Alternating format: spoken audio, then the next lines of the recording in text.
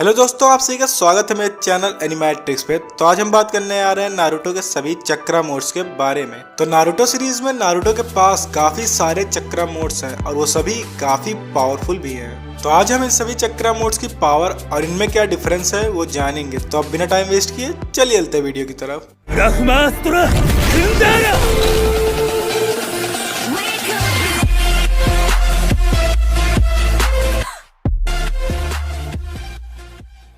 तो nine tail चक्रा mode या आप इसे कुरमा चक्रा मोड, क्यूबी चक्रा मोड या बीजू मोड, इनमें से कुछ भी बोल सकते हैं। ये एक यूनिक फॉर्म है ट्रांसफॉर्मेशन का जो कि सिर्फ 9 टेल के चिंचुरकी को मिलती है। बाकी के 8 टेल्स के चिंचुरकी इस ट्रांसफॉर्मेशन का इस्तेमाल नहीं कर सकते, जो कि इस ट्रांसफॉर्मेशन को काफी रेयर बनाता है। तो इस फॉर्म में यूजर येलो चक्रा से कोटेड रहता है जो कि दिखने में फ्लेम्स की तरह लगता है। तो इस फॉर्म का डिजाइन डिफरेंट यूजर के लिए डिफरेंट होता है और इसका डिजाइन समय के साथ भी बदल सकता है। लेकिन कुछ फीचर्स सभी फॉर्म्स में रहते हैं, जैसे हेड पर 2 हॉर्न्स का होना, नेक के पास 6 मेगा टामा मार्किंग्स का होना, स्टमक पे सर्कुलर डिजाइन का होना और काफी सारी लाइंस का बॉडी पर होना। तो सबसे पहले बात करते हैं क्यूबी चक्रा मोड के सबसे वीकेस्ट फॉर्म की, जिसे कि KCM1 बोला जाता है। तो इस फॉर्म में नारुतो की आईज का शेप सेम रहता है लेकिन उनका कलर ऑरेंज हो जाता है। तो अब बात करते हैं इस फॉर्म की एबिलिटीज की। तो इस फॉर्म में यूजर की फिजिकल एबिलिटीज काफी ज्यादा बढ़ जाती हैं। एग्जाम्पल के लिए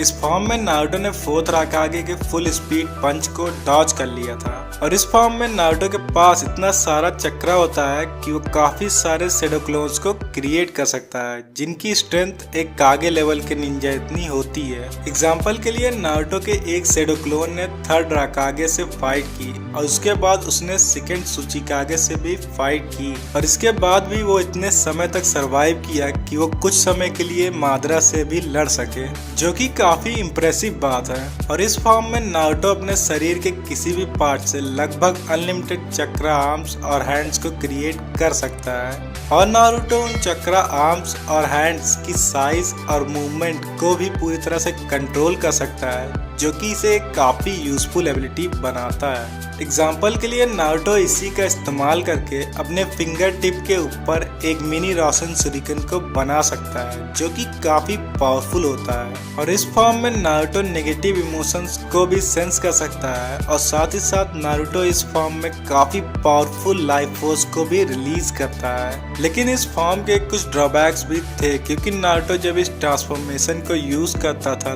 तब नारुतो अपने चक्रा को शिफ्ट कर देता था और अपने चक्रा की जगह पर वो 9 टेल का चक्रा इस्तेमाल करता था। लेकिन इस समय नारुतो और कुरमा बेस्ट फ्रेंड नहीं थे, तो इस बात का रिस्क था कि कुरमा नारुतो के शिफ्ट चक्रा को ले सकता है जब वो इस फॉर्म में होगा।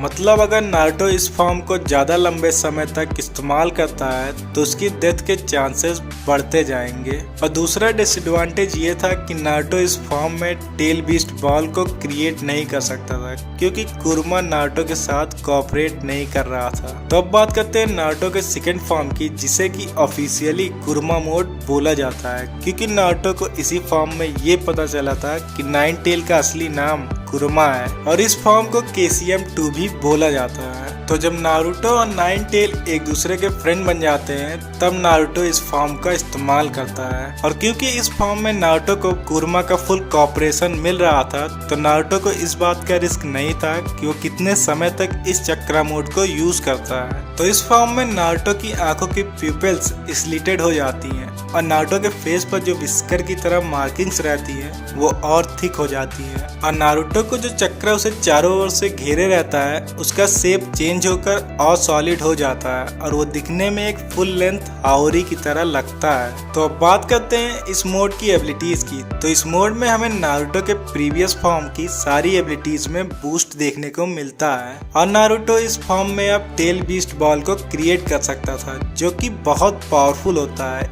एग्जाम्पल के लिए नारुतो इतने पावरफुल टेल बीस्ट बॉल को क्रिएट कर सकता था जो कि अकेले 5 टेल बीस्ट बॉल को एक साथ डिफ्लेक्ट कर सकता था। और नारुतो इस फॉर्म में किसी के साथ भी कुरमा के चक्र को शेयर कर सकता था, जिससे कि उनकी पावर काफी बढ़ जाती थी। और नारुतो इस फॉर्म में कुरमा के बॉडी पार्ट्स को मैनिफेस्ट कर सकता है अगर वो चाहे तो, जैसे कि उसने कुरमा के हेड को मैनिफेस्ट किया था एक शुरिकेन को कैच करने के लिए। और नारुतो अपने कुरमा मोड में ही सेज मोड में भी इंटर हो सकता है, जिसकी वजह से नारुतो की बॉडी में एक फिजिकल चेंज होता है। नारुतो की जो आईज होती हैं उनके चारों तरफ पिगमेंटेशन हो जाता है और नारुतो की जो पिपल्स होती हैं वो हॉरिजॉन्टल टोड स्लैट और वर्टिकल फॉक्स स्लिट की तरह हो जाती हैं। और नारुतो इस फॉर्म में काफी तेजी से नेचर चक्र को एब्जॉर्ब कर पा रहा था अपने बेस फॉर्म की कंपेयर में। और नारुतो की जो कुरमा मोड की पावर थी वो सेज मोड की वजह से बहुत ज्यादा बढ़ जाती है। तो अब बात करते हैं थर्ड चक्र मोड की, जो कि है टेल बीस्ट मोड। तो जहां पर बाकी के चिंचुरकी के टेल बीस्ट मोड उन्हें पूरी तरह ट्रांसफॉर्म कर देते हैं उनके टेल बीस्ट में, वहीं पर नारुतो और मिनाटो कुरमा का एक फुल साइज रेप्लिका क्रिएट करते हैं। तो इस फॉर्म में यूजर उस रेप्लिका के अंदर प्रेजेंट होता है और वो उसके अंदर मूव भी कर सकता है और यूजर इस रेप्लिका को पूरी तरह कंट्रोल भी कर सकता है और साथ ही साथ वो किसी भी निंजुत्सु को भी इस्तेमाल कर सकता है। एग्जाम्पल के लिए नारुतो और मिनाटो ने इस फॉर्म में अपनी पावर को कंबाइन किया था एक काफी बड़े रासेंगन को क्रिएट करने के लिए। और नारुतो इस फॉर्म में भी सेज मोड में इंटर हो सकता है और इस फॉर्म को सुसानो के साथ भी कंबाइन किया जा सकता है। तो अब बात करते हैं 6 पाथ सेज मोड की। तो नारुतो को सेज ऑफ 6 पाथ की पावर हागोरोमो से मिली थी और जिसके तुरंत बाद नारुतो इस फॉर्म में होता है। तो इस फॉर्म में नारुतो की आंखों के चारों तरफ कोई भी पिगमेंटेशन नहीं रहता। और मैं आपको बताना चाहूंगा कि जो क्यूबी का चक्रा मोड है वो 6 पाथ सेज मोड का पार्ट नहीं है, बल्कि नारुतो 6 पाथ सेज मोड में अपने क्यूबी चक्रा मोड को एक्टिव करता है, जिसकी वजह से वो इस तरह दिखता है। और इस मोड में और नॉर्मल सेज मोड में यही डिफरेंस है कि इस मोड में नारुतो की आंखों के चारों तरफ कोई भी पिगमेंटेशन नहीं रहता। और बहुत से लोगों को ये लगता है कि नारुतो अब 6 पाथ सेज मोड को यूज नहीं कर सकता, जो कि बिल्कुल गलत है। नारुतो अब भी इस मोड को यूज कर सकता है। तो अब बात करते हैं आसुरा कुरमा मोड की। तो नारुतो 6 पाथ सेज मोड में इंटर होने के बाद भी टेल बीस्ट मोड में इंटर हो सकता है, जिसकी वजह से उसका टेल बीस्ट मोड और बड़ा और पावरफुल हो जाता है। और नारुतो इस फॉर्म में शैडो क्लोन का इस्तेमाल करके 3 कुरमा अवतार को एक सिंगल कुरमा अवतार में कंबाइन कर सकता है, जिसके पास 3 हेड और 6 आर्म होता है, जो कि असुरा के क्रिएट किए हुए अवतार से रिजेंबल करता है, जिसकी वजह से इसे असुरा कुरमा मोड बोला जाता है। तो आज की वीडियो में बस इतना ही। तो मैं उम्मीद करता हूँ कि नारुतो के चक्रा मोड से रिलेटेड जो भी डाउट आपके मन में थे वो इस वीडियो के बाद क्लियर हो गए हो। तो अगर आपको ये वीडियो पसंद आई हो तो लाइक, कमेंट और चैनल को सब्सक्राइब जरूर करें। फिर मिलते हैं आपसे नेक्स्ट वीडियो में।